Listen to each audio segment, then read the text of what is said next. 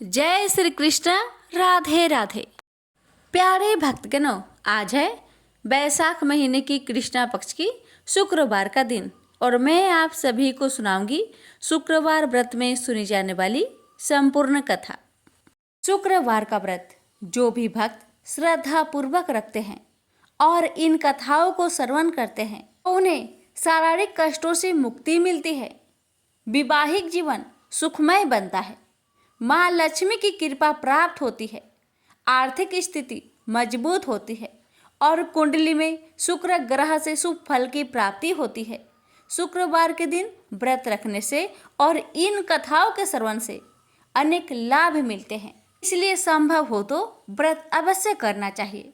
अगर आप व्रत नहीं करते तो स्नान करने के बाद, घर में पूजन करने के बाद इन कथाओं को एक बार अवश्य सुनिएगा। इससे भी आपको शुक्रवार की देवी देवताओं की विशेष कृपा प्राप्त होगी।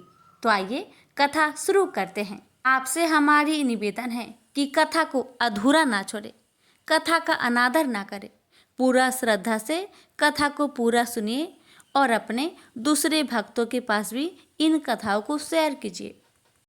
एक समय की बात है, काशी निवासी धनंजय की पत्नी का नाम सुलक्षणा था। उसे अन्य सब सुख प्राप्त थे, केवल निर्धनता ही उसके दुख का एकमात्र कारण थी। यह दुख उसे हर समय सताता रहता था। एक दिन सुलक्षणा पति से बोली, स्वामी आप कुछ उद्यम करो तो काम चले। इस प्रकार कब तक काम चलेगा?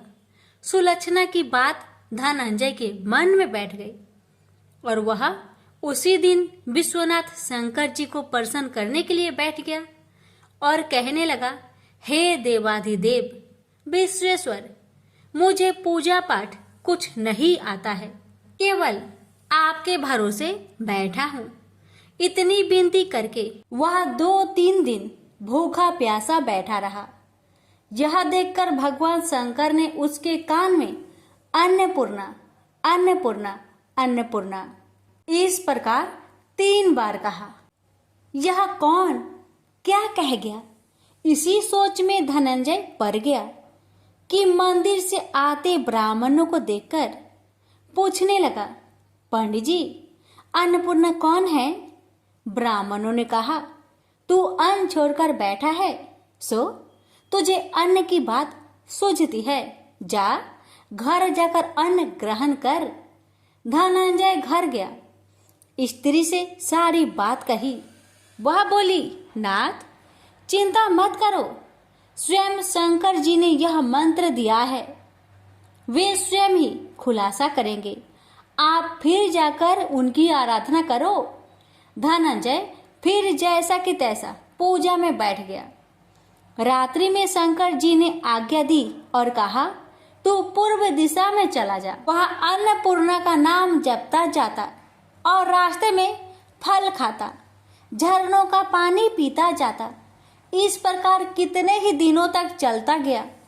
वहां उसे चांदी सी चमकती वन की शोभा देखने में आई। सुंदर सरोवर देखने में या उनके किनारे कितनी ही अप्सराएं झुंड बनाए बैठी थी। एक कथा सुनाती और सब मिलकर माँ अन्नपूर्णा इस प्रकार बार बार कहती थी। यह अगहन मास की उजेली रात्रि थी और आज से ही व्रत का प्रारंभ था। जिस शब्द की खोज करने वह निकला था वह उसे वहां सुनने को मिला। धनंजय ने उसके पास जाकर पूछा, हे देवियों आप यहाँ क्या करती हो? उन सब ने कहा, हम माँ अन्नपूर्णा का व्रत करती हैं। धनंजय ने पूछा, व्रत पूजा करने से क्या होता है? यह किसी ने किया भी है? इसे कब किया जाए? कैसा व्रत है और कैसी विधि है? मुझसे भी विस्तार से बताओ। वे कहने लगी, इस व्रत को सब कोई कर सकते हैं। 21 दिन तक के लिए 21 गांठ का सूत लेना चाहिए। 21 दिन यानी न बने तो एक दिन उपवास करे, या भी ना बने तो केवल कथा सुनकर प्रसाद ले। निराहार रहकर कथा कहे, कथा सुनने वाला कोई न मिले तो पीपल के पत्तों को रख सोपाड़ी या घृत कुमारी, वृक्ष को सामने कर, दीपक को साक्षी कर, सूर्य गाये तुलसी या महादेव को बिना कथा सुनाए मुख में दाना न डाले। यदि भूल से कुछ पड़ जाए तो एक दिवस फिर उपवास करे। व्रत के दिन क्रोध न करे और झूठ ना बोले। धनंजय बोला, इस व्रत के करने से क्या होगा? वे कहने लगी, इसके करने से अंधों को नेत्र मिले, लुल्लू को हाथ मिले, निर्धन के घर धन आए, बाझिन को संतान मिले, मूर्ख को विद्या आए।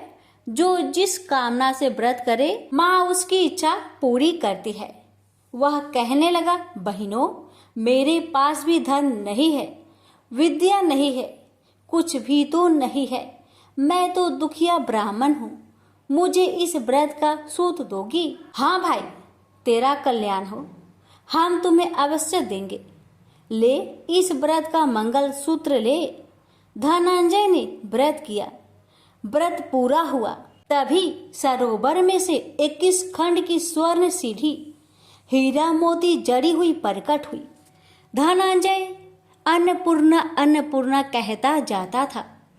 इस प्रकार कितनी ही सीढ़ियां उतर गया तो क्या देखता है कि करोड़ों सूर्य से प्रकाशमान अन्नपूर्णा का मंदिर है।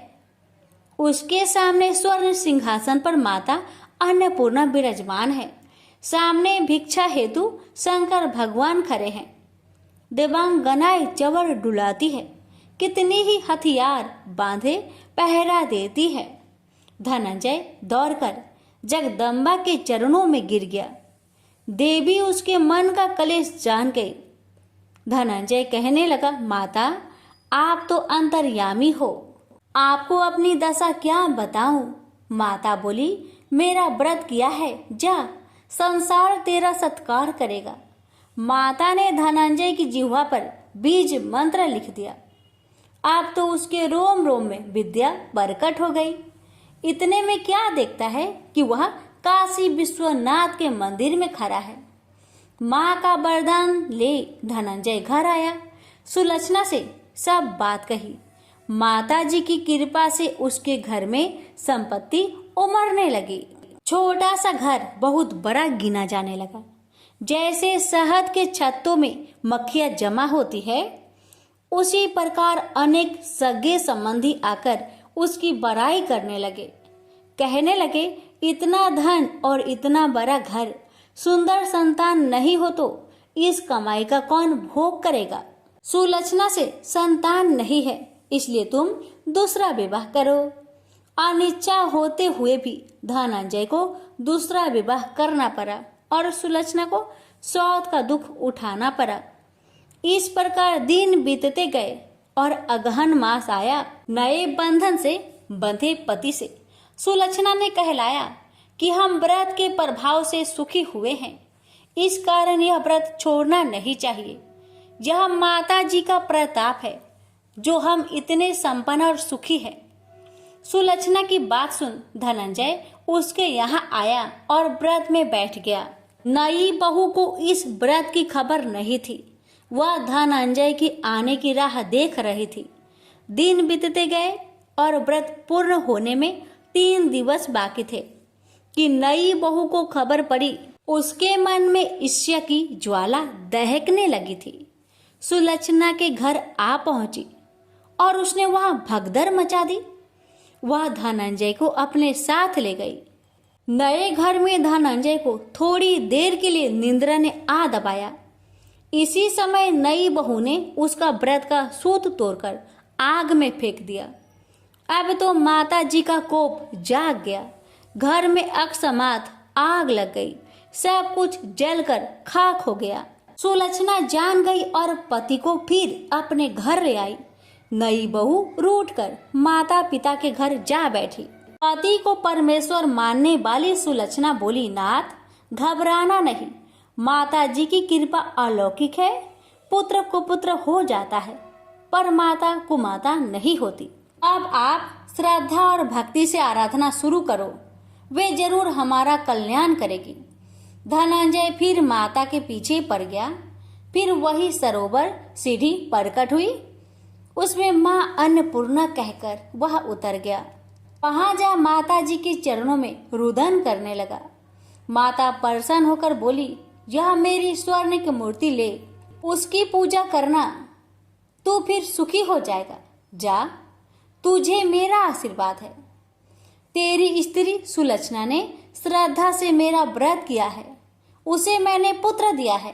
धनंजय ने आंखें खोली तो खुद को काशी विश्वनाथ के मंदिर में खड़ा पाया। वहां से फिर उसी प्रकार घर को आया। इधर सुलक्षणा के दिन चढ़े और महीने पूरे होते ही पुत्र का जन्म हुआ। गांव में आश्चर्य की लहर दौड़ गई। इस प्रकार उसी गांव के निसंतान सेठ के पुत्र होने पर उसने माता अन्नपूर्णा का मंदिर बनवा दिया। उसमें माता जी धूमधाम से पधारी, यज्ञ किया और धनंजय को मंदिर के आचार्य का पद दे दिया। जीविका के लिए मंदिर की दक्षिणा और रहने के लिए बड़ा सुंदर सा भवन दिया। धनंजय स्त्री पुत्र सहित वहां रहने लगा। माता जी के चढ़ावे में भरपूर आमदनी होने लगी। उधर नई बहू के पिता के घर डाका पड़ा, सब लूट गया। वे भीख मांगकर पेट भरने लगे। लक्षणा ने यह सुना तो उन्हें बुला भेजा, अलग घर में रख लिया और उनके अन्न वस्त्र का प्रबंध कर दिया। धनंजय, सुलक्षणा और उसका पुत्र माता जी की कृपा से आनंद से रहने लगे।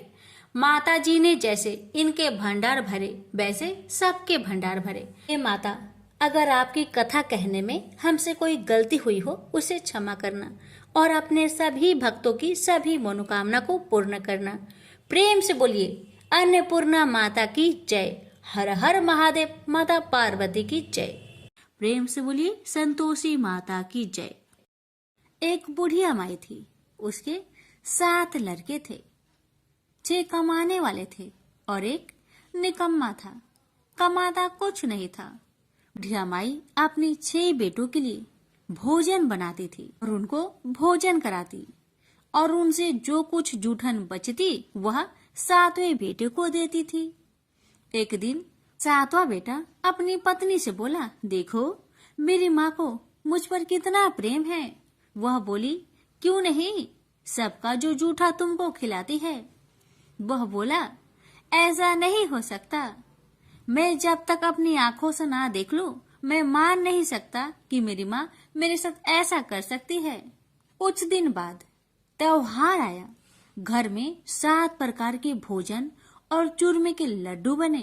अब सबसे छोटे लड़के ने यानी कि 7वें लड़के ने अपना सिर दुखने का बहाना बनाया और पतला चादर ओढ़कर रसोई घर में सो गया, ये देखने के लिए कि मेरी माँ मुझे जूठे भोजन देती है या फिर बनाई हुई ताजी भोजन देती है। लड़का झूठ मूठ का सोने के नाटक करके रसोई घर में सोया हुआ है। वह पतले चादर के अंदर से सब कुछ देख रहा था। तभी 6 भाई भोजन करने आए। उसने देखा माँ ने उनके लिए सुंदर आसन बिछाया, नाना प्रकार की रसोई परोसी और आग्रह करके उन्हें जिमाया और वह देखता रहा। तब 6 भाइयों ने भोजन करके उठा। तब माँ ने क्या किया कि उनकी बची हुई भोजन, जूठी भोजन थालियों में से इकट्ठा करके सभी लड्डुओं के टुकड़ों को उठाकर एक लड्डू बनाया और सभी जूठन को साफ करके बुढ़िया ने अपने सबसे छोटे लड़के को पुकारा, बेटा 6 भाई भोजन करके चले गए, अब तू ही बाकी है, उठ और खाना खा ले। तब वह बेटा कहने लगा, माँ मुझे आज भूख नहीं लगा है, मुझे भोजन नहीं करना, मैं अब जहाँ नहीं रहूंगा, मैं परदेश चला जाऊंगा। अपने बेटे की बातें सुन माँ ने कहा, बेटा तू कल जाना चाहता है ना, कल क्यों जाएगा, तुम आज ही चला जा। तब बेटा बोला, हाँ माँ मैं आज ही चला जा रहा हूँ। यह कहकर वह घर से निकल गया। चलते समय पत्नी की याद आई। वह गौशाला में उपले थाप रही थी। वहां जाकर वह बोला, हम जावे परदेश, आवेंगे कुछ काल, तुम रहियो संतोष से, धर्म अपनो पाल। पत्नी बोली, जाओ पिया आनंद से, हमरो सोच हटाए, राम भरोसे हम रहे, ईश्वर तुम्हें सहाय। दो निशानी आपन देख धरू में धीर, सुधी मती हमारी बिसारियो रखियो मन गंभीर। पति बोला, मेरे पास तो कुछ नहीं, यह अंगूठी है, सुले और अपनी कुछ निशानी मुझे भी दे। पत्नी बोली, मेरे पास क्या है, यह गोबर से भरा हाथ। यह कहकर पति की पीठ पर गोबर के हाथ की थाप मार दी। अब पति चल दिया। चलते चलते दूर देश पहुंचा। वहां एक साहूकार की दुकान थी। वहां जाकर कहने लगा, भाई मुझे नौकरी पर रख लो। साहूकार को जरूरत थी तो वह बोला, रह जाओ। लड़के ने पूछा, तनख्वाह क्या दोगे? तो साहूकार ने कहा, तुम्हारा काम देखकर तब हम दाम देंगे। साहूकार की नौकरी मिली। वह सुबह 7 बजे से 10 बजे तक नौकरी करने लगा। कुछ दिनों में दुकान का सारा लेन देन, हिसाब किताब, ग्राहकों को माल बेचना, सारा काम करने लगा। साहूकार के 7-8 नौकर थे। वे सब चक्कर खाने लगे। यह तो बहुत होशियार बन गया है। सेठ ने भी काम देखा और 3 महीने में ही उसे आधे मुनाफे का हिस्सेदार बना लिया। वह कुछ वर्ष में ही नामी सेठ बन गया और मालिक सारा कारोबार उस पर छोड़कर चला गया। इधर पति की अनुपस्थिति में उसकी पत्नी को सास ससुर दुख देने लगे। सारी गृहस्थी का काम करा के उसे लकड़ी लेने जंगल में भेजते हैं। इस बीच घर के आटे से जो भूसी निकलती उसकी रोटी बनाकर रख दी जाती और उसके साथ ही फूटे नारियल की नारेली में पानी। एक दिन वह लकड़ी लेने जा रही थी। रास्ते में बहुत सी स्त्रियां संतोषी माता की व्रत करते दिखाई दी। वह लड़की खड़ी होकर कथा सुनने लगी और पूछा, बहनों तुम किस देवता की व्रत करती हो और उसके करने से क्या फल मिलता है? यदि तुम इस व्रत का विधान मुझे समझाकर कहोगी तो मैं तुम्हारा बड़ा एहसान मानूंगी। तब उनमें से एक स्त्री बोली, सुनो बहन, यह संतोषी माता का व्रत है। इसके करने से निर्धनता, दरिद्रता का नाश होता है और जो कुछ मन में कामना हो सब संतोषी माता की कृपा से पूरी होती है। तब उसने उससे व्रत की विधि पूछी।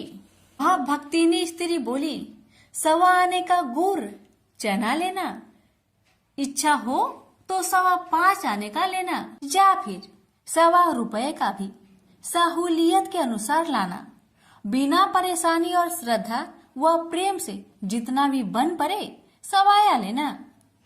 प्रत्येक शुक्रवार को निराहार रहकर कथा सुनना। इसके बीच कर्म टूटे नहीं, लगातार नियम पालन करते रहना। सुनने वाला कोई न मिले तो घी का दीपक जला उसके आगे या जल के पात्र के सामने रखकर कथा कहना। जब कार्य सिद्ध न हो नियम का पालन करना और कार्य सिद्ध हो जाने पर व्रत का उद्यापन करना। 3 मास में माता फल पूरा करती है। यदि किसी के ग्रह खोटे भी हो तो भी माता वर्ष भर में कार्य सिद्ध करती है। फल सिद्ध होने पर उद्यापन कर लेना चाहिए, बीच में नहीं। उद्यापन में 2.5 सेर आटे का खाजा तथा इसी परिमाण में खीर तथा चने का साग करना। 8 लड़कों को भोजन कराना। जहाँ तक मिले देवर, जेठ, भाई बंधु के हो, न मिले तो रिश्तेदारों और पास पड़ोसियों को बुलाना। उन्हें भोजन करा, यथाशक्ति दक्षिणा दे। माता का नियम पूरा करना। उस दिन घर में खटाई न खाना। यह सुन बुढ़िया माई के लड़के की बहू चल दी।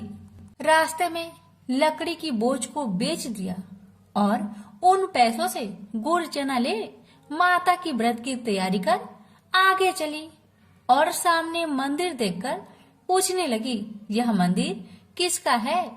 सब कहने लगे, संतोषी माता का मंदिर है। यह सुनकर माता के मंदिर में जाकर चरणों में लौटने लगी।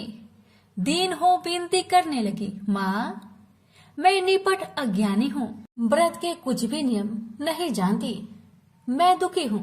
हे माँ जगत जननी मेरा दुख दूर कर, मैं तेरी शरण में आई हूँ। माता को दया आई। एक शुक्रवार बीता कि दूसरे को उसके पति का पत्र आया और तीसरे शुक्रवार को उसका भेजा हुआ पैसा आ पहुंचा। यह देख जेठ जेठानी मुंह सिडोकने लगी। लड़के ताने देने लगे। काकी के पास पत्र आने लगे, रुपया आने लगा। अब तो काकी की खातिर बढ़ेगी। बेचारी सरलता से कहती, भैया कागज आवे रुपया आवे, हम सब के लिए अच्छा है। ऐसा कहकर आंखों में आंसू भरकर संतोषी माता के मंदिर में आ मातेश्वरी के चरण में गिरकर रोने लगी। माँ, मैंने तुमसे पैसा कब मांगा है माँ? मुझे पैसे से क्या काम है माँ? मुझे तो अपने सुहाग से काम है। मैं तो अपनी स्वामी के दर्शन मांगती हूँ माँ। तब माता ने प्रसन्न होकर कहा, जा बेटी, तेरा स्वामी आएगा। यह सुनकर खुशी से बावली होकर घर जा पहुंची। अपना काम काज करने लगी। अब संतोषी माँ विचार करने लगी, इस भोली पुत्री को मैंने कह तो दिया कि तेरा पति आएगा, लेकिन कैसे? वह तो इसे सपने में भी याद नहीं करता। उसे याद दिलाने को मुझे ही जाना पड़ेगा। इस तरह माता जी उस बुढ़िया के बेटे के पास जा सपना में प्रकट हो कहने लगी, साहूकार के बेटे, तुम सो रहा है या जागता है? वह कहने लगा, माता मैं सोता भी नहीं जागता भी नहीं, कहो क्या आज्ञा है? माता कहने लगी, तेरे घर बार कुछ है कि नहीं? वह बोला, मेरे पास सब कुछ है माँ। माँ बाप है, पत्नी है, क्या कमी है माँ? माँ बोली, भोले पुत्र, तेरी पत्नी घोर कष्ट उठा रही है। तेरे माँ बाप उसे परेशान कर रहे हैं। वह तेरे लिए तरस रही है, तू उसकी सुधि ले। वह बोला, हाँ माता जी, यह तो मालूम है, परंतु जाऊं तो कैसे? परदेश की बात है, लेन देन का कोई हिसाब नहीं है, कोई जाने का रास्ता भी नहीं आता, कैसे चला जाऊं? माँ कहने लगी, मेरी बात मान, सवेरे नहा धोकर संतोषी माता का नाम ले, घी का दीपक जला, दंडवत कर दुकान पर बैठ। देखते देखते तेरा सारा लेन देन चुक जाएगा, जमा का माल बिक जाएगा, साज होते होते धन का भारी ढेर लग जाएगा। माता की बात मानकर वह नहा धोकर संतोषी माता को दंडवत घी का दीपक जला। थोड़ी देर में देने वाले रुपए लाने लगे, लेने वाले हिसाब लेने लगे। कोठे में भरे सामान की खरीदारी नगद दाम में दे सौदा करने लगे। शाम तक धन का भारी ढेर लग गया। मन में माता का नाम ले चमत्कार देख प्रसन्न होकर घर ले जाने की वास्ते गहना कपड़ा सामान खरीदने लगा। यह काम से निपट तुरंत घर को रवाना हुआ। उधर उसकी पत्नी जंगल में लकड़ी लेने जाती है। लौटते वक्त माता जी के मंदिर में विश्राम करती है। वह तो उसके प्रतिदिन रुकने का जो स्थान ठहरा। धूल उड़ती देख वह माता से पूछती है, हे माता, यह धूल कैसे उड़ रही है? माता कहती है, हे पुत्री, तेरा पति आ रहा है, अब तू ऐसा कर, लकड़ियों के 3 बोझ बना ले, एक नदी के किनारे रख और दूसरा मेरे मंदिर पर, वह तीसरा अपने सिर पर। तेरे पति को लकड़ियों का गट्टर देख मोह पैदा होगा, वह यहाँ रुकेगा, नाश्ता पानी खाकर माँ से मिलने जाएगा। तब तू लकड़ियों का बोझ उठाकर जाना और चौक में गट्टर डालकर जोर से आवाज देकर कहना, लो सासू जी, लकड़ियों का गट्टर लो, भूसी की रोटी दो, नारियल की खोपरे में पानी दो, आज मेहमान कौन आया है? माता जी बहुत अच्छा कहकर वह प्रसन्न मन से लकड़ियों के 3 गट्टर बनाई, एक नदी के किनारे पर और एक माता जी के मंदिर पर रखा। इतने में मुसाफिर आ पहुंचा। सूखी लकड़ी देख उसकी इच्छा उत्पन्न हुई कि हम यहीं पर विश्राम करें और भोजन बनाकर खा पी कर गाँव जाए। इसी तरह रुककर भोजन बना, विश्राम करके गांव को गया। सबसे प्रेम से मिला। उसी समय सिर पर लकड़ी का गट्टर लिए वह उतावली सी आती है। लकड़ियों का भारी बोझ आंगन में डालकर जोर से 3 आवाज देती है, लो सासू जी लकड़ियों का गट्टर लो, भूसे की रोटी दो, आज मेहमान कौन आया है। यह सुनकर उसकी सास बाहर आकर अपने दिए हुए कष्टों को भुलाने हेतु कहती है, बहू ऐसा क्यों कहती है, तेरा मालिक ही तो आया है। आ बैठ, मीठा भात खा, भोजन कर, कपड़े पहन, गहने पहन। उसकी आवाज सुन उसका पति बाहर आता है, अंगूठी देख व्याकुल हो जाता है और माँ से पूछता है, माँ यह कौन है। माँ ने कहा, बेटा यह तेरी पत्नी है, जब से तू गया है तब से सारे गांव में भटकती फिरती है, घर का कामकाज कुछ नहीं करती, चार पहर आकर खा जाती है। वह बोला, ठीक है माँ, मैंने इसे भी देखा और तुम्हें भी, अब दूसरे घर की ताली दो, मैं उसमें रहूंगा। माँ बोली, ठीक है जैसी तेरी मर्जी। तब वह दूसरे मकान की तीसरी मंजिल का कमरा खोल सारा सामान जमाया। एक दिन में ही राजा के महल के जैसा ठाट बाट बन गया। अब क्या था, बहू सुख भोगने लगी। इतने में शुक्रवार आया। उसने पति से कहा, मुझे संतोषी माता का व्रत उद्यापन करना है। पति बोला, खुशी से कर लो। वह उद्यापन की तैयारी करने लगी। जेठानी के लड़कों को भोजन के लिए कहने गई। उन्होंने मंजूर किया, परंतु पीछे से जेठानी ने अपने बच्चों को सिखाया, देखो भोजन के समय खटाई मांगना, जिससे उसका उद्यापन पूरा ना हो। अब तो बच्चे जिमने आए, खीर खाना पेट भर के खाए, परंतु बाद में खाते ही कहने लगे, हमें खटाई दो, खीर खाना हमको नहीं भाता, देखकर आरुचि होती है। वह कहने लगी, भाई खटाई किसी को नहीं दी जाएगी, यह माँ संतोषी का प्रसाद है। लड़के उठ खड़े हुए, बोले, पैसे लाओ। भोली बहू कुछ जानती नहीं थी, वह उन बालकों को पैसे दे दिए। लड़के उसी समय हट करके इमली खटाई ले खाने लगे। यह देखकर बहू पर माताजी ने कोप किया। राजा के दूत उसके पति को पकड़कर ले गए। जेठ जेठानी मन माने वचन कहने लगे, लूट लूट कर धन इकट्ठा कर लाया है, अब सब मालूम पड़ जाएगा जब जेल की मार खाएगा। बहू से यह सहन नहीं हुआ। रोती हुई बहू माताजी के मंदिर गई, कहने लगी, हे माता तुमने क्या किया, हंसाकर अब भक्तों को रुलाने लगी। माता बोली, बेटी तूने उद्यापन करके मेरा व्रत भंग किया है। वह कहने लगी, माता मैंने कुछ अपराध किया है क्या, मैंने तो भूल से लड़कों को पैसे दे दिए थे, मुझे क्षमा करो, मैं फिर तुम्हारा उद्यापन करूंगी। माँ बोली, अब भूल मत करना। माँ कहती है, अब भूल नहीं होगी, अब बतलाओ वो कैसे आएंगे। माँ बोली, जा पुत्री, तेरा पति तुझे रास्ते में आता मिलेगा। वह निकली, राह में पति आता मिला। वही पूछी, कहाँ गए थे। वह कहने लगा, इतना धन जो जमाया है उसका टैक्स राजा ने मांगा था, वह भरने गया था। वह परेशान हो बोली, भला हुआ, अब घर को चलो। कुछ दिन बाद फिर शुक्रवार आया। फिर वह बोली, मुझे माता का उद्यापन करना है। पति ने कहा, करो पत्नी। फिर जेठ के लड़कों को भोजन को कहने गई। ठानी ने एक दो बातें सुनाई, सब लड़कों को सिखाने लगी, तुम सब लोग पहले ही खटाई मांगना। लड़के भोजन से पहले कहने लगे, हमें खीर नहीं खाना, हमारा जी बिगड़ता है, कुछ खटाई खाने को दो। वह बोली, खटाई किसी को नहीं मिलेगा, आना हो तो आओ। वह ब्राह्मण के लड़के को लाकर भोजन कराने लगी।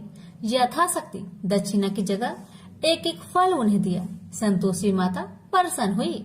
माता की कृपा होते ही 9वें मास में उसके चंद्रमा के समान सुंदर पुत्र प्राप्त हुआ।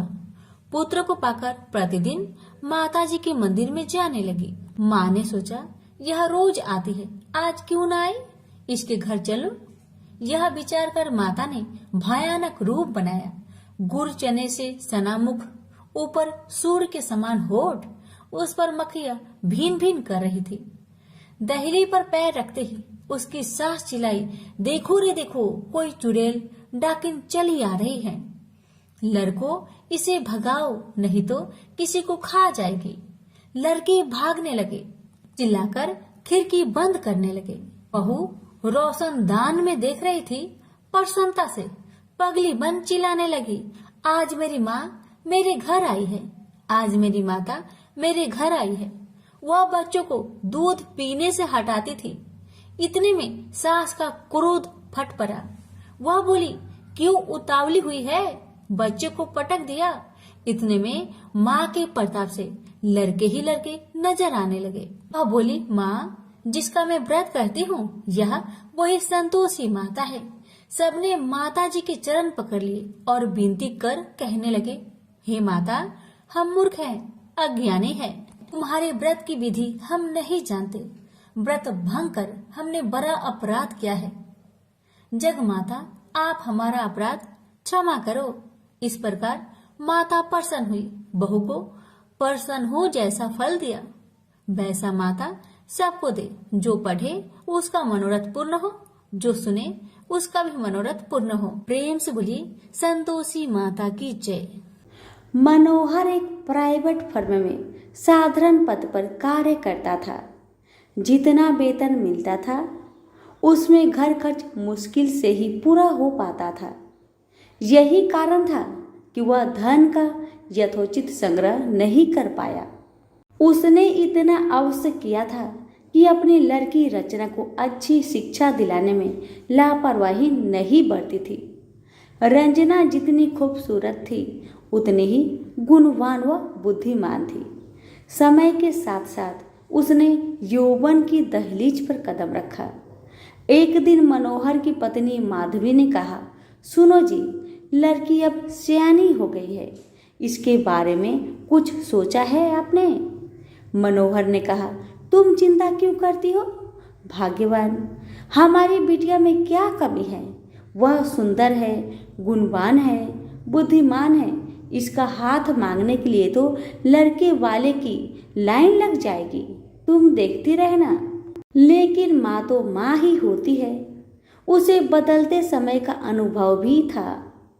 वह जानती थी कि दहेज की समस्या के दिन प्रतिदिन बढ़ती ही जा रही है और दहेज ना देने पर तरह तरह के घटने वाली दुर्घटनाओं से भी वह परिचित थी। समय का चक्र निर्वाध गति से चलता रहा। रंजना ने शिक्षा भी पूरी कर ली। उसने बीए प्रथम श्रेणी से पास करके घर में खुशियां ला दी थी। लेकिन माँ को तो बस एक ही चिंता थी, किसी भी तरह रचना के हाथ पीले हो जाए। पिछले कुछ दिनों में मनोहर को भी रंजना की शादी की चिंता सताने लगी थी और वह योग वर की तलाश में जुट गया था। वह जहाँ भी जाता दहेज की मांग मुंह बाए खरी मिलती। सीधा साधा मनोहर दुनियादारी से परिचित था। उसने तो यही सोचा था कि उसकी लड़की की शादी उसके गुण व रूप के कारण कहीं भी हो जाएगी। लेकिन जब वास्तविकता सामने आई तो वह भी हताश हो गया। एक दिन मनोहर ऑफिस में अपनी सीट पर मुंह लटकाए बैठा था। तभी उसकी सहकर्मी धन सिंह उसके पास आया और पूछा, मनोहर क्या बात है, मुंह लटकाए क्यों बैठे हो? सब कुछ ठीक ठाक तो है ना? मनोहर ने अपनी सारी समस्या उसके सामने रखी तो वह बोला, आजकल माँ वैभव लक्ष्मी के काफी चमत्कार सुनने में आ रहे हैं। चारों तरफ उन्हीं की जय जयकार हो रही है। सुना है माँ वैभव लक्ष्मी हर समस्या का समाधान चुटकियों में ही कर देती है। मेरा तो कहना है कि तुम भी उनकी शरण में चले जाओ।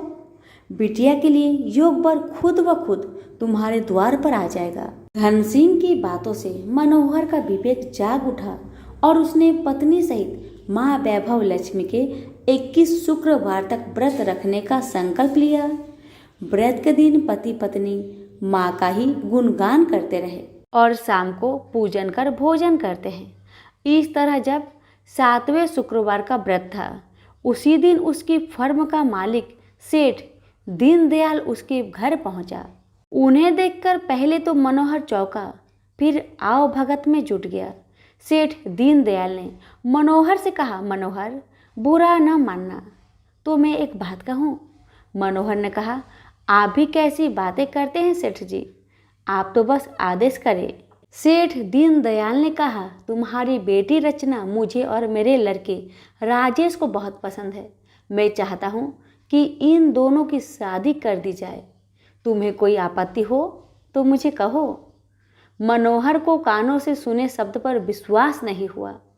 अपनी प्रसन्नता को मन में दबाते हुए बोला, सेठ जी, कहा आप राजा भोज के सामान और कहा मैं गंगू तेली जैसा। आपके सामने मेरी हैसियत ही क्या है। सेठ दीनदयाल ने उसकी बात को भांपते हुए कहा, मनोहर, तुम किसी प्रकार की चिंता मत करना। यह शादी दहेज के बिना होगी। बस मुझे तो रचना जैसी गुणवान लड़की ही चाहिए। मनोहर और उसकी पत्नी माधवी ने इसे माँ का ही चमत्कार माना और एक दूसरे की तरफ देखते हुए स्वीकृति दे दी। फिर रचना की शादी बड़े धूमधाम से हुई, जिसे देखकर सभी दंग रह गए। शादी के बाद मनोहर और उसकी पत्नी 21 शुक्रवार व्रत पूरे किए।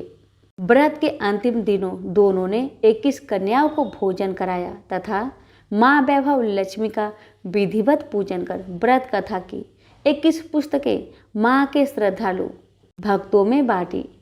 माँ की कृपा से मनोहर माधवी सुखपूर्वक रहने लगे। इधर 9 माह बाद रचना को पुत्र रत्न की प्राप्ति हुई। ये सब माँ के चमत्कार की बदौलत ही संभव हो पाया था।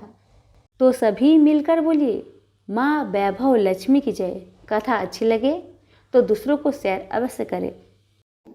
कथा। किसी गांव में अनेक लोग रहा करते थे और सभी अपने अपने कामों में मग्न रहते थे। किसी का चिंता फिक्री परवाह था ही नहीं। सब अपने से ही मतलब रखते थे। इसी कारण से भजन कीर्तन, भक्ति भाव, दया माया, परोपकार जैसे संस्कार कम हो गए। उस गांव में बुराइयां बढ़ गई थी। शराब, जुआ, रेस, व्यभिचार, चोरी डकैती वगैरह बहुत गुना शहर में होता रहता था। इसके बावजूद उस गांव में कुछ अच्छे लोग भी रहा करते थे। ऐसे ही लोगों में शीला और उनके पति की गृहस्थी मानी जाती थी। शीला बहुत धार्मिक प्रवृत्ति की थी और उसका स्वभाव संतोषी था। उनका पति भी विवेकी और सुशील था। शीला और उसका पति कभी किसी की बुराई नहीं किया करते थे और प्रभु भजन में अच्छी तरह समय व्यतीत करते थे। शहर के लोग उनकी गृहस्थी की सराहना करते थे। देखते ही देखते दिन बीतने लगा, समय बदल गया। शीला का पति बुरे लोगों से दोस्ती कर बैठा। अब होना क्या था वो तो हम सभी जानते हैं। अच्छे संगति का असर हमेशा अच्छा ही होता है, बुरा संगति का असर हमेशा बुरा ही होता है। इसलिए हमें हमेशा अच्छे संगति से संगत रखना चाहिए, बुरे से नहीं। अब जब शीला का पति बूढ़े लोगों से दोस्ती कर बैठा, अब वह जल्द से जल्द करोड़पति बनने का ख्वाब देखने लगा। इसलिए वह गलत रास्ते पर चल पड़ा। फलस्वरूप वह रोडपति बन गया। कहा जाता है ना, लालच बुरी बला है, इसलिए लालच नहीं करना चाहिए। अपना ईमानदारी और मेहनत से आगे बढ़ना चाहिए। अब जब शीला का पति रोडपति बन गया, यानी रास्ते पर भटकते भिखारी जैसी उसकी हालत हो गई थी। शराब, जुआ, रेस, चरस, गांजा वगैरह बुरी आदतों में शीला का पति भी फंस चुका था। दोस्तों के साथ उसे भी शराब की आदत बुरी तरह लग गई थी। इस प्रकार उसने अपना सब कुछ रेस जुए में गवा दिया। अब तो शीला अपने पति के बर्ताव से बहुत दुखी रहने लगी, किंतु उसे भगवान पर भरोसा था कि सब कुछ ठीक हो जाएगा। यही सोचकर वह अपने पति के बुरे बर्ताव को सहने लगी। शीला अपना अधिकांश समय प्रभु की भक्ति में बिताने लगी। अचानक एक दिन दोपहर को उनके द्वार पर किसी ने दस्तक दिया। शीला ने द्वार खोलकर देखा कि एक माझी खड़ी थी। उनके चेहरे पर अलौकिक तेज निखर रहा था। उनकी आंखों में से मानो अमृत की वर्षा हो रहा था। उनका भव्य चेहरा करुणा और प्यार से छलक रहा था। उनको देखते ही शीला के मन में अपार शांति छा गई। सारी चिंता मिट गई। शीला के रोम रोम में आनंद छा गया। शीला उस माझी को आदर के साथ अपने घर ले आई। दुख का बात यह था कि शीला के घर में बैठाने के लिए कुछ भी नहीं था कि माझी को किस पर बैठाया जाए। बेचारी यह सोच विचार के उसने एक सकुचाकर एक फटी हुई चादर पर उनको बिठाया और शीला ने कहा, माझी, मेरे घर में और कुछ भी नहीं है जो मैं आपको बैठा सकूं, इसलिए माँ मुझे माफ करना, मैं आपको फटी हुई चादर पर बैठा रही हूँ। माँ तो शीला की बातों से मंद मंद मुस्कुरा रही थी। माँ तो शीला की हर कहानी को जानती थी कि उसका पति उसके साथ कैसा व्यवहार कर रहा है। बेचारी कितने दुख में है। शीला के बातें सुन माझी प्रेम भरी शब्दों से बोली, शीला, क्यों मुझे तुमने पहचाना नहीं? हर शुक्रवार को लक्ष्मी जी के मंदिर में भजन कीर्तन के समय मैं ही तो वहां आती हूँ। इसके बावजूद शीला कुछ नहीं समझ पा रही थी। फिर माझी ने कहा, तुम बहुत दिनों से मंदिर नहीं आ रही हो, अतः मैंने सोचा चलो मैं ही देख लेती हूँ। माझी के अति प्रेम भरे शब्दों से शीला का हृदय पिघल गया। उसकी आंखों में आंसू आ गए और वह बिलख बिलख कर जोर जोर से रोने लगी।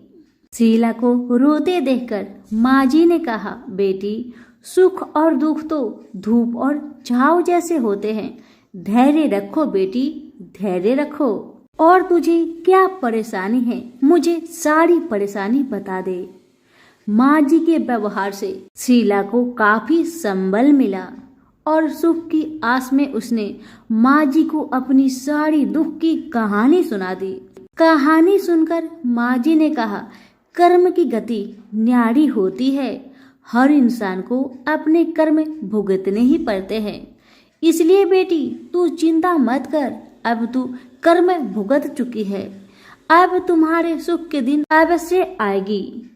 तू माँ लक्ष्मी जी की भक्त है। माँ लक्ष्मी जी तो प्रेम और करुणा की अवतार है। वे अपनी भक्तों पर हमेशा ममता छिड़कती है। इसलिए तू धैर्य रखकर माँ लक्ष्मी का व्रत कर, इससे सब कुछ ठीक हो जाएगा। तुम्हारा दुख दर्द सब समाप्त हो जाएगा और तुम्हारे घर में अन्न धन का भंडार भर जाएगा। बस श्रद्धा भक्ति से माँ लक्ष्मी का व्रत करो। माझी की बात सुन शीला पूछने लगी, माँ, व्रत की विधि तो मुझे पता नहीं। तब माझी ने उसे व्रत की सारी विधि भी बताई। माझी ने कहा, बेटी, माँ लक्ष्मी जी का व्रत बहुत सरल है।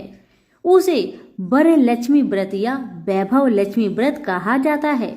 यह व्रत करने वाले की सब मनोकामना पूरी होती है। वह सुख संपत्ति और यश प्राप्त करता है। शीला यह सब सुनकर आनंदित हो उठी। शीला ने संकल्प करके आंखें खोली तो सामने कोई नहीं था। वह विस्मित हो गई कि माझी कहाँ गई। अभी तो माझी मेरे सामने खड़ी थी। शीला को तत्काल यह समझने में देर नहीं लगी कि माझी कोई और नहीं, साक्षात माँ लक्ष्मी ही थी। दूसरे दिन शुक्रवार था। सवेरे स्नान करके स्वच्छ कपड़े पहनकर शीला ने माझी द्वारा बताई विधि से पूरे मन से श्रद्धा भक्ति से व्रत किया और आखिर में प्रसाद वितरण हुआ। यह प्रसाद पहले पति को खिलाया। प्रसाद खाते ही पति के स्वभाव में फर्क पड़ गया। माँ लक्ष्मी की कृपा से उसका पति जिस दिन प्रसाद खाया उस दिन अपनी पत्नी को मारा पीटा नहीं। सताया भी नहीं। शीला को बहुत अच्छा लगा। शीला के मन में तो अब पहले से भी ज्यादा वैभव लक्ष्मी व्रत के लिए श्रद्धा बढ़ गई। शीला ने पूर्ण श्रद्धा भक्ति के साथ 21 शुक्रवार तक वैभव लक्ष्मी व्रत किया। 21वें शुक्रवार को माँ जी के कहे मुताबिक उद्धापन विधि करके 7 स्त्रियों को वैभव लक्ष्मी व्रत की 7 पुस्तक उपहार में दी। फिर माता जी के धन लक्ष्मी स्वरूप की छवि को बंधन करके भाव से मन ही मन प्रार्थना करने लगी। हे माँ धन लक्ष्मी, मैंने आपका वैभव लक्ष्मी व्रत करने की मन्नत मानी थी, वह व्रत आज पूर्ण किया है। हे माँ, मेरी हर विपत्ति को दूर करो, हमारा सबका कल्याण करो। जिसे संतान ना हो माँ, उसे संतान देना। सौभाग्यवती स्त्री का सौभाग्य को माँ अखंड रखना। कुंवारी लड़कियों को मन भावन पति देना।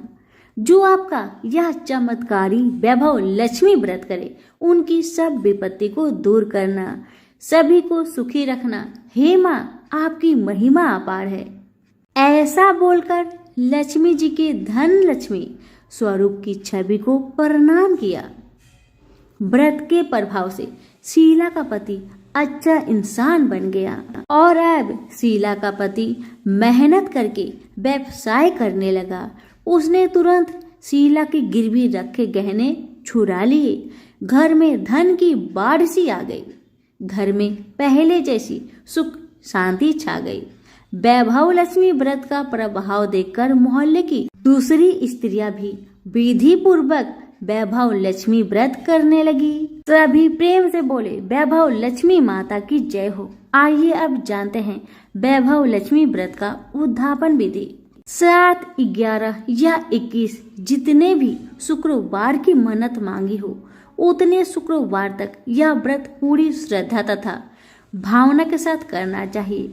आखिरी शुक्रवार को इसका शास्त्रीय विधि के अनुसार उद्धापन करना चाहिए। आखिरी शुक्रवार को प्रसाद के लिए खीर बनानी चाहिए। जिस प्रकार हर शुक्रवार को हम पूजन करते हैं, वैसे ही करना चाहिए। पूजन के बाद माँ के सामने एक श्रीफल फोड़े। फिर कम से कम 7 कुंवारी कन्या या सौभाग्यशाली स्त्रियों को कुमकुम का तिलक लगाकर माँ वैभव लक्ष्मी व्रत कथा की किताब की एक प्रति उपहार में देनी चाहिए और सबको खीर का प्रसाद देना चाहिए। इसके बाद माँ लक्ष्मी जी को श्रद्धा सहित प्रणाम करना चाहिए। फिर माता जी के धन लक्ष्मी स्वरूप की छवि को बंधन करके भाव से मन ही मन प्रार्थना करे, हे माँ धन लक्ष्मी, मैंने आपका वैभव लक्ष्मी व्रत करने की मन्नत मानी थी, यह व्रत आज पूर्ण किया है। हे माँ, हमारी मनोकामना पूर्ण करे, हमारी हर विपत्ति को दूर करे, हम सबका कल्याण करे। जिसे संतान ना हो, उसे संतान देना। सौभाग्यवती स्त्री का सौभाग्य अखंड रखना। कुंवारी लड़की को मन भावन पति देना। जो आपका यह चमत्कारी वैभव लक्ष्मी व्रत करे, उनकी सब विपत्ति दूर करना, सभी को सुखी करना। हे माँ, आपकी महिमा अपार है, आपकी जय हो। ऐसा बोलकर लक्ष्मी के धन लक्ष्मी स्वरूप की छवि को प्रणाम करे। सभी प्रेम से बोलिए, वैभव लक्ष्मी माता की जय हो। लापसी तपसी की कथा। एक लापसी था, एक तपसी था। तपसी हमेशा भगवान की तपस्या में लीन रहता था। लापसी रोजाना 1.25 सेर की लापसी बनाकर भगवान का भोग लगाकर जीम लेता था। एक दिन दोनों लड़ने लगे। लापसी बोला, मैं रोज भगवान की तपस्या करता हूँ, इसलिए मैं बड़ा हूँ। लापसी बोला कि मैं रोज भगवान को 1.25 सेर लापसी का भोग लगाता हूँ, इसलिए मैं बड़ा हूँ। नारद जी वहां से गुजर रहे थे। दोनों को लड़ता देखकर उनसे पूछा कि क्यों तुम लड़ रहे हो। लापसी ने खुद को बड़ा होने का कारण बताया और तपसी ने अपना कारण बताया। नारद जी बोले, तुम्हारा फैसला मैं कर दूंगा। दूसरे दिन लापसी और तपसी नहाकर अपनी रोज की भक्ति करने आए तो नारद जी ने छुपकर 1.25 करोड़ की एक एक अंगूठी उन दोनों के आगे रख दी। तपसी की नजर जब अंगूठी पर पड़ी तो उसने चुपचाप अंगूठी उठाकर अपने नीचे दबा ली। लपसी की नजर अंगूठी पर पड़ी लेकिन उसने ध्यान नहीं दिया। भगवान को भोग लगाकर लापसी खाने लगा। नारद जी सामने आए तो दोनों ने पूछा कि कौन बड़ा। तो नारद जी ने तपसी को खड़ा होने को कहा। वो खड़ा हुआ तो उसके नीचे दबी अंगूठी दिखाई पड़ी। नारद जी ने तपसी से कहा, तपस्या करने के बाद भी तुम्हारी चोरी करने की आदत नहीं गई, इसलिए लपसी बना है और तुम्हें तुम्हारी तपस्या का कोई भी फल नहीं मिलेगा। तपसी शर्मिंदा होकर माफी मांगने लगा। उसने नारद जी से पूछा, मुझे मेरी तपस्या का फल कैसे मिलेगा? नारद जी ने कहा, यदि कोई गाय और कुत्ते की रोटी नहीं बनाएगा तो फल तुझे मिलेगा। यदि कोई ब्राह्मण को भोजन करवाकर दक्षिणा नहीं देगा तो फल तुझे मिलेगा। यदि कोई साड़ी के साथ ब्लाउज नहीं देगा तो फल तुझे मिलेगा। यदि कोई दिए से दिया जलाएगा तो फल तुझे मिलेगा। यदि कोई सारी कहानी सुने लेकिन तुम्हारी कहानी नहीं सुने तो फल तुझे मिलेगा। उसी दिन से हर व्रत कथा कहानी के साथ लापसी तपसी की कहानी भी सुनी और कही जाती है। प्रेम से बोलिए लक्ष्मी नारायण की जय।